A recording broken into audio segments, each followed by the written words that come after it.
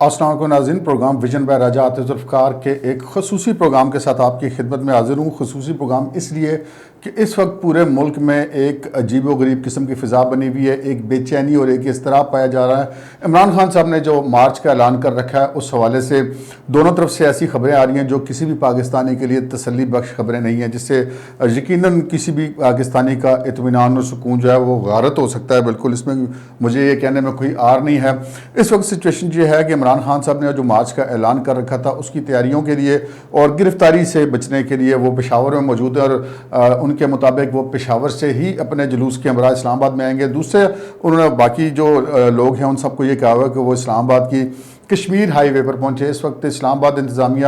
نے جو سڑکیں وغیرہ بند کرنی شروع کر دی ہیں، ریڈ زون کو سیل کر دیا گیا ہے، بہت سارے حفاظتی اقدامات کیے جا رہے ہیں، اور پنجاب بھر میں بالخصوص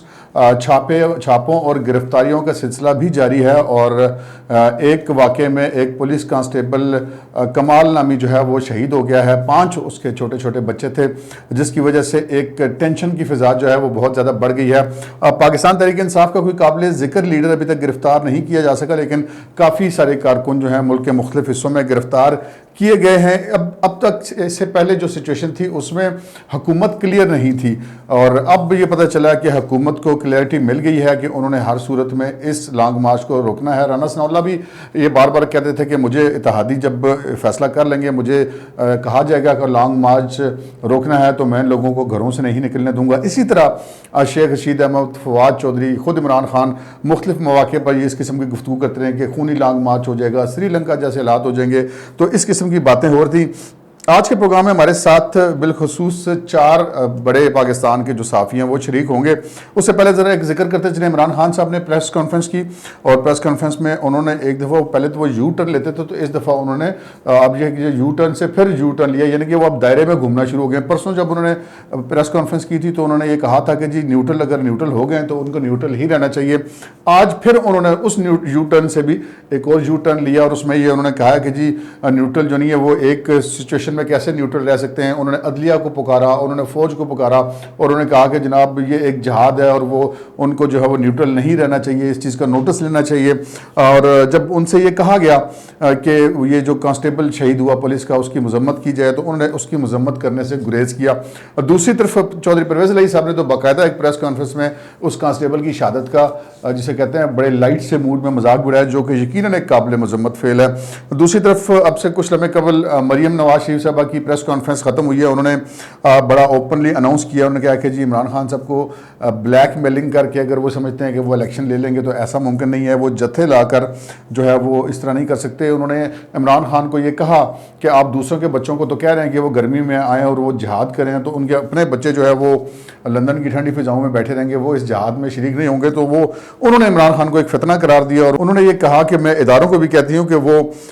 جو ہے وہ اس ساری سچویشن کو دیکھیں، اور وہ کہ کس طرح یہ دوسروں کے بچوں کو استعمال کیا جا رہا ہے۔ جب سے عمران خان صاحب کی حکومت گئی ہے ان کا دماغ ہل گیا ہے، اور وہ اب انہوں نے کہا کہ اگر بات کرتے ہیں وہ دین کی، تو فتنے سے کیسے ڈیل کیا جاتا ہے، اس چیز کا ذکر قرآن میں موجود ہے۔ مریم صاحبہ کی اس گفتگو سے اتفاق کیا جائے یا نہ کیا جائے یہ ایک الگ بات ہے، برحال ان کی جو پریس کانفرنس کا کانٹینٹ تھا وہ کچھ اسی قسم کا تھا۔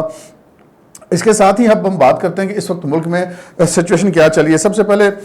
صدیق ساجد صاحب اسلام آباد سے ہمارے ساتھ موجود ہیں، آج ہمارے ساتھ صدیق ساجد صاحب موجود ہوں گے، اعزاز سید صاحب موجود ہیں، اور گوہر بٹ صاحب لاہور سے موجود ہیں، راول پنڈی سے ظریف صاحب موجود ہیں۔ تو سب سے پہلے ہم صدیق ساجد صاحب سے پوچھتے ہیں، صدیق ساجد صاحب یہ بتائیے کہ یہ فیصلہ نہیں ہو پا رہا تھا کہ یہ لانگ مارچ روکنا ہے یا نہیں روکنا ہے، اسٹیبلشمنٹ سے بھی بات کی جا رہی تھی، حکومت جو اپنے اتحادیوں سے بھی بات کرتی ہے، مسلم لیگ نون کی اپنی قیادت بھی بات کرتی، کلیئر نہیں تھی۔ اب یہ کچھ کلیئرٹی آئی ہے، یہ ذرا بتائیں گے یہ ساری کلیئرٹی کیسے آئی ہے، اور یہ جو ہے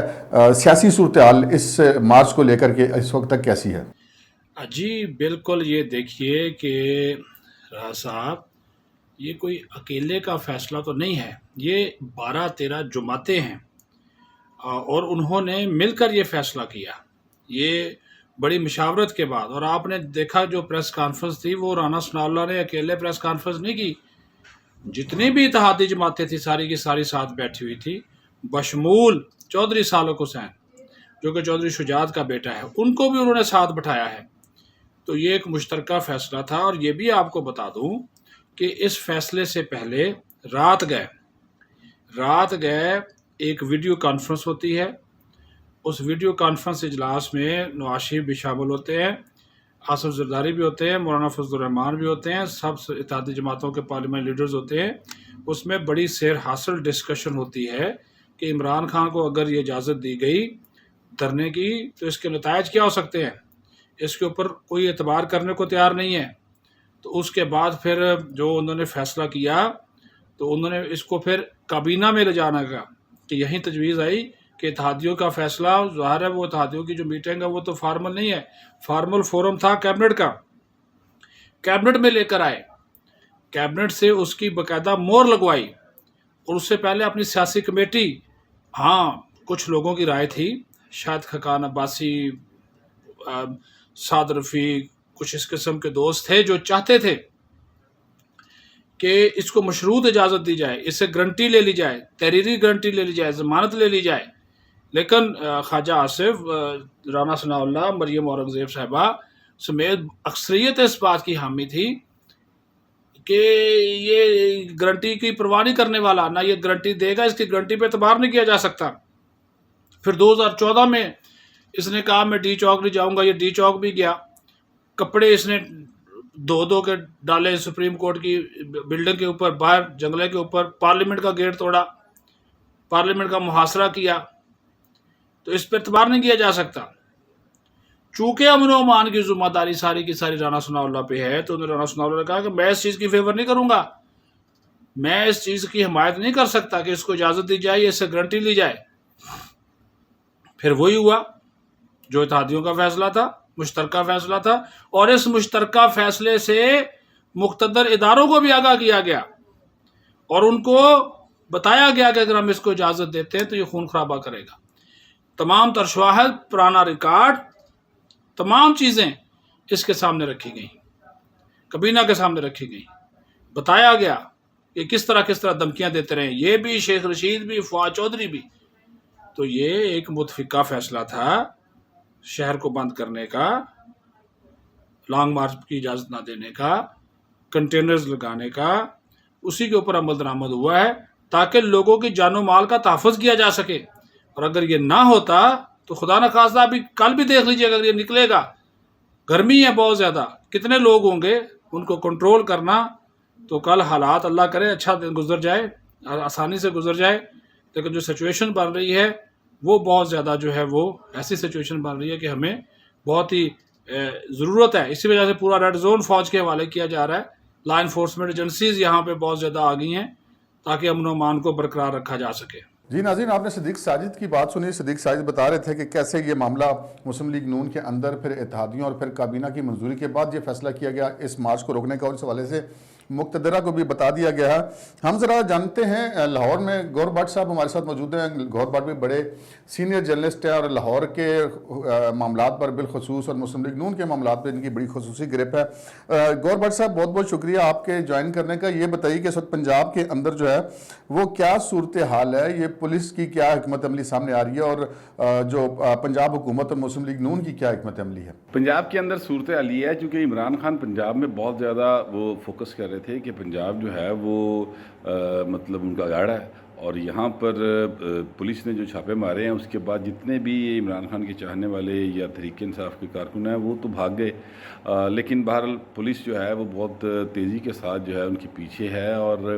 اگر میں آپ سے کہوں کہ جو عمران خان کے جو ایک جلسہ میں ڈانس پارٹیاں کرنے والی یہاں پر لاہور میں ایک باقاعدہ طور پر جو ایلیٹ کلاس کی خواتین ہیں ان کے لالک چوک اس جگہ کا نام ہے، وہاں پر پولیس نے ایک ٹرک جو ہے پریزن وین وہاں پہ کھڑی کی ہوئی ہے، اور پریس کلب کے باہر پریزن وین کھڑی ہے. اسی طرح سے مختلف جگہوں کے اوپر پریزن وینز کھڑی ہیں. داخلی اور خارجی راستے لاہور کے بند کر دیے گئے ہیں، لہٰذا اب کوئی ان میں سے باہر نہیں نکل رہا. لیکن امید یہی کی جا رہی ہے کل وہ یقینی طور پہ باہر آئیں گے اور باہر آ کر کچھ تھوڑا بہت جو مظاہرہ کرنا ہوگا وہ کریں گے. پولیس اور جو پنجاب حکومت ہے انہوں نے یہ طے کر لیا ہے کہ ان کو سڑک پہ نہیں نکلنے دینا، جو آئے گا وہ سیدھا جیل جائے گا. یہ ایک ان کی پالیسی بن چکی ہے. جو کانسٹیبل شہید ہوا ہے اس کے چھوٹے چھوٹے بچے اور وہ جو تصاویر چلی ہیں بچے کی رونے والی اور آنسو صاف کرتے ہوئے، تو وہ اس سے عام آدمی جو ہے وہ بہت زیادہ اس نے مطلب متاثر ہوا ہے، اور وہ سب کا جو ایک کنسنسس بن رہا ہے سوائے تحریک انصاف کے لوگوں کے جو بہت زیادہ ایکٹیو ہیں کہ جناب یہ بہت ظلم ہوا ہے. اور چونکہ وہ وردی میں تھا، اگر وہ وردی میں نہ ہوتا، سادہ کپڑوں میں ہوتا، تو پھر تو کوئی لاجک سمجھ آ سکتی تھی کہ جیسے محسن بیگ صاحب کا ہوا تھا کہ وہ جو لوگ انہیں گرفتار کرنے آئے تھے وہ وردی میں نہیں تھے، تو وردی میں تھا اور پھر یہ ابھی گھر کے باہر تھا، ابھی گھر کے اندر داخل نہیں ہوا تھا. اوپر سے باپ بیٹے نے فائرنگ کر کے ان کو قتل کر دیا. تو یہ ایک صورتحال جو ہے تحریک انصاف کے لیے اس کا جواب دینا اس وقت مشکل ہو رہا ہے. وہ الگ بات ہے کہ عمران خان کہتے ہیں میں مذمت نہیں کرتا، چودھری پریز لائی نے بھی کہا کہ وہ تو ڈاکو تھا. اب اس طرح کی باتیں جو ہیں وہ تحریک انصاف کے خلاف عوام میں غم و غصے کو بڑھا رہی ہیں. تو ناظرین، گور بٹ بتا رہے تھے کہ وہ قیدیوں کی وین والی حکمت عملی ایک دفعہ پھر استعمال کی جا رہی ہے. ماضی میں بھی یہ 2 دفعہ حکمت عملی بڑی کامیابی سے استعمال کی گئی، اور پولیس بڑی تیزی سے پی ٹی آئی کے کارکنوں کے پیچھے داخلی خارجی راستے بھی لاہور کے بند کر دیں گے، کیونکہ لاہور میں بڑا ڈیپینڈ کرتا ہے اس مارچ کی کامیابی کا معاملہ، کیونکہ پنجاب ایک بہت بڑا صوبہ ہے، پاکستان کی آبادی کا 60% ہے. تو یقیناً جب تک پنجاب کی طرف سے فیڈ بیک عمران خان کے مارچ کو نہیں ملتا، اس وقت تک اس کی کامیابی کا امکان ہم کہہ سکتے ہیں کہ بہت زیادہ کم رہ جاتا ہے. صرف کے پی کے علاقے سے جو لائے جانے والے لوگ ہیں ان کی مدد سے شاید مارچ اس حد تک کامیاب نہیں ہو سکتا یا نتائج نہیں دے سکتا. اچھا، گور بٹ کے علاوہ ہمارے ساتھ موجود ہیں جی اعزاز سید صاحب. اعزاز سید صاحب، چونکہ اس سارے معاملے میں حکومت جو ہے وہ وزارت داخلہ سارے معاملات کو دیکھتی ہے، تو یہ کیا معاملہ بن رہا ہے؟ فوج تعینات ہو رہی ہے نہیں ہو رہی؟ رینجرز لگ رہی ہے نہیں لگ رہی؟ کس قسم کے انتظامات کیے جا رہے ہیں، اور کیا اس وقت وزارت داخلہ کے اندر سے خبریں آپ کو مل رہی ہیں؟ اعزاز سید بتائیے گا. جی راجہ صاحب، بالکل وزارت داخلہ نے 3 رینجرز کے ونگز راولپنڈی اور اسلام آباد میں تعینات کرنے کی منظوری دی ہے. راولپنڈی کے لیے ہوم ڈپارٹمنٹ پنجاب نے ایک درخواست کی تھی کہ ایک ونگ راولپنڈی کو دیا جائے، اور 2 ونگز کے لیے اسلام آباد کی جو ضلعی انتظامیہ ہے اور پولیس ہے اس نے درخواست دی تھی وزارت داخلہ کو کہ 2 ونگز رینجرز کے وہ اسلام آباد میں تعینات کرنے ہیں. جو پاکستان تحریک انصاف کا دھرنا یا لانگ مارچ جو بھی ہے اس کے سلسلے میں، اس پر اس دوران امن عامہ کے سلسلے میں اب یہ منظوری دے دی گئی ہے. میری اطلاعات کے مطابق جو موجودہ حکومت ہے، نہ صرف الائز اس حکومت کا بھرپور ساتھ دے رہے ہیں، بلکہ جو ہماری اسٹیبلشمنٹ ہے یا جسے فوج کہہ لیجئے، جو کہ آئین کے تحت حکومت کے زیر نگین ہوتی ہے، ماتحت ہوتی ہے، وہ بھی بھرپور طریقے سے ان کو سپورٹ فراہم کر رہی ہے، اور اسی کی وجہ سے جو رینجرز ہیں وہ تعینات کی گئی ہیں. فوج تعینات کرنے کا فی الحال فیصلہ نہیں ہوا، اگر ضرورت پڑی تو ہمیں بتایا گیا تو فوج بھی بلائی جا سکتی ہے آئین کے آرٹیکل 145 کے تحت. جی، جیسا کہ اعزاز سید نے بتایا کہ رینجرز جو ہے وہ طلب کر لی گئی ہے، باقی بھی بہت سارے انتظامات ہیں، سب پر انہوں نے تفصیلی روشنی ڈالی، لیکن انہوں نے اہم جو بات کی کہ رینجرز جو ہے وہ اسلام آباد کے ساتھ ساتھ راولپنڈی میں بھی تعینات کی جا رہی ہے، کیونکہ راولپنڈی کہنے کو تو انتظامی اعتبار سے تو پنجاب کے صوبہ پنجاب کا حصہ ہے، لیکن عملاً جو ہے وہ اس کا چونکہ باؤنڈریز بالکل ملتی ہیں راولپنڈی کی اور اسلام آباد کی، اس لیے ان کو جڑواں شہر بھی کہا جاتا ہے. تو راولپنڈی کی صورتحال کسی بھی اسلام آباد میں ہونے والی سیاسی سرگرمی کے حوالے سے بڑی اہمیت کی عمل ہے، کیونکہ راولپنڈی وہ پہلا اسٹیشن ہوتا ہے اسلام آباد کے بعد جہاں سے اگر اسلام آباد میں ہونے والی کسی بھی سیاسی سرگرمی کو کوئی فیڈ بیک ملے تو وہ وہاں سے اس کو فرق پڑ سکتا ہے. راولپنڈی میں جناب عمران خان صاحب کے وہ کندھے سے کندھا ملا کے کھڑے رہنے والے ساتھی شیخ رشید احمد بھی ہیں، اگرچہ کہ وہ کہہ رہے ہیں کہ چھاپے چھپے پڑ رہے ہیں، تھوڑے سے ذرا پریشان یا گھبرائے ہوئے بھی نظر آ رہے ہیں. تو ہم راولپنڈی میں ظریف صاحب موجود ہیں، ظریف صاحب سے پوچھتے ہیں. محمد ظریف، بتائیے گا اس وقت راولپنڈی میں کیا صورتحال ہے، لال ویلی میں کیا صورتحال ہے، پولیس کیا بتا رہی ہے، اور کیا پنڈی سے ایک اچھا مجمع عمران خان کو اسلام آباد میں دستیاب ہوگا؟ دیکھیے، پاکستان تحریک انصاف کی جانب سے تو جو ہے وہ کال دے دی گئی ہے لانگ مارچ کی، اور بس کل کا روز ہی رہ گیا ہے، اور سمجھ لیں کہ جو حتمی جو راؤنڈ ہے، فائنل راؤنڈ ہے، وہ شروع ہو چکا ہے. راولپنڈی کی رپورٹنگ کرتے ہوئے تو مجھے بھی 8 سے 10 سال ہو گئے ہیں، لیکن میں آپ کو بتاؤں گا کہ راولپنڈی جو ہے وہ بڑے دلچسپ لوگوں کا شہر ہے. جو مرضی ہو جائے، میاں نواز شریف بھی جو ہے وہ اسلام آباد سے جب نکلے تھے اس کے بعد وہ راولپنڈی کی جانب گئے تھے، تو ہم نے دیکھا کہ راولپنڈی والوں نے انہیں رسپانس نہیں دیا. ایک بڑی تعداد تھی شرکا کی، لیکن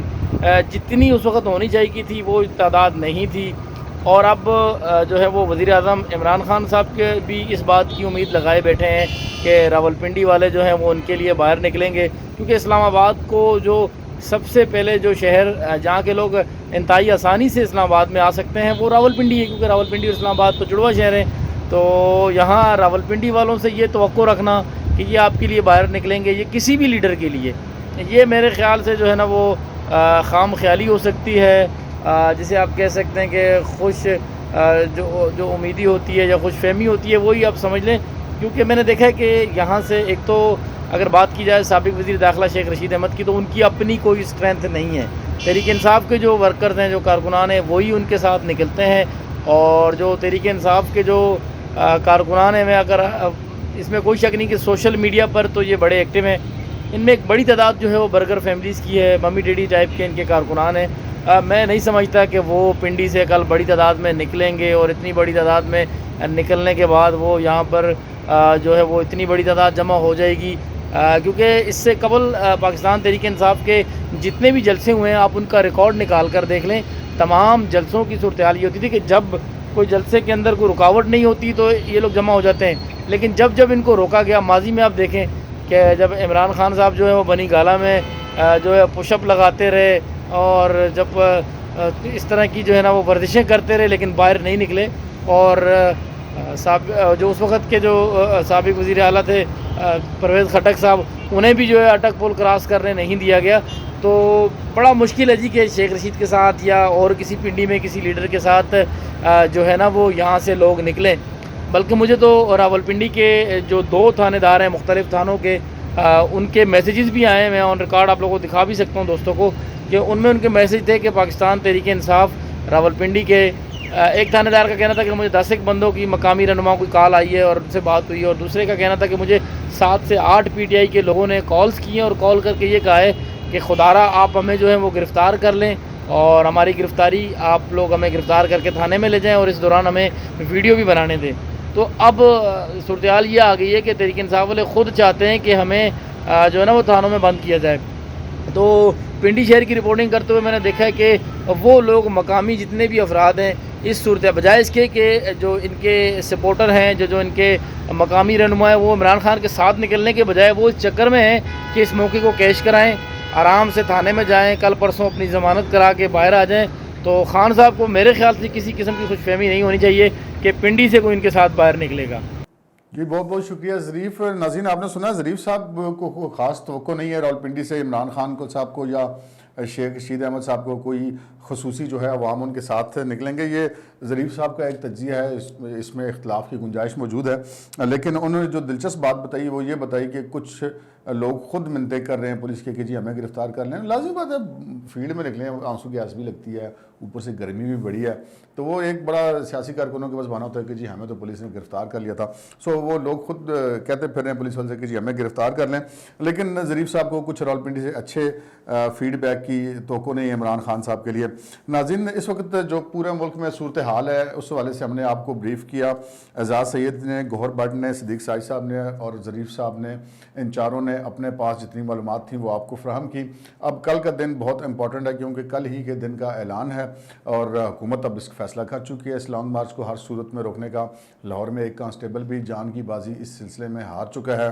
حالات کچھ اچھے دکھائی نہیں دے رہے، اس دعا کے ساتھ کہ اللہ تعالیٰ پاکستان کی خیر کرے۔ اس وقت سب سے ضروری جو ہے وہ پاکستان کا امن و امان اور پاکستان کی معیشت ہے۔ دیکھتے ہیں کہ یہ اب کل والے لانگ مارچ کو عمران خان صاحب اور حکومت کیسے ہینڈل کرتے ہیں۔ ہم آپ کو صورتحال سے لمحہ بلمحہ آگاہ کرتے رہیں گے۔ اب تک کے لیے اتنا ہی، اجازت دیجیے، اللہ حافظ۔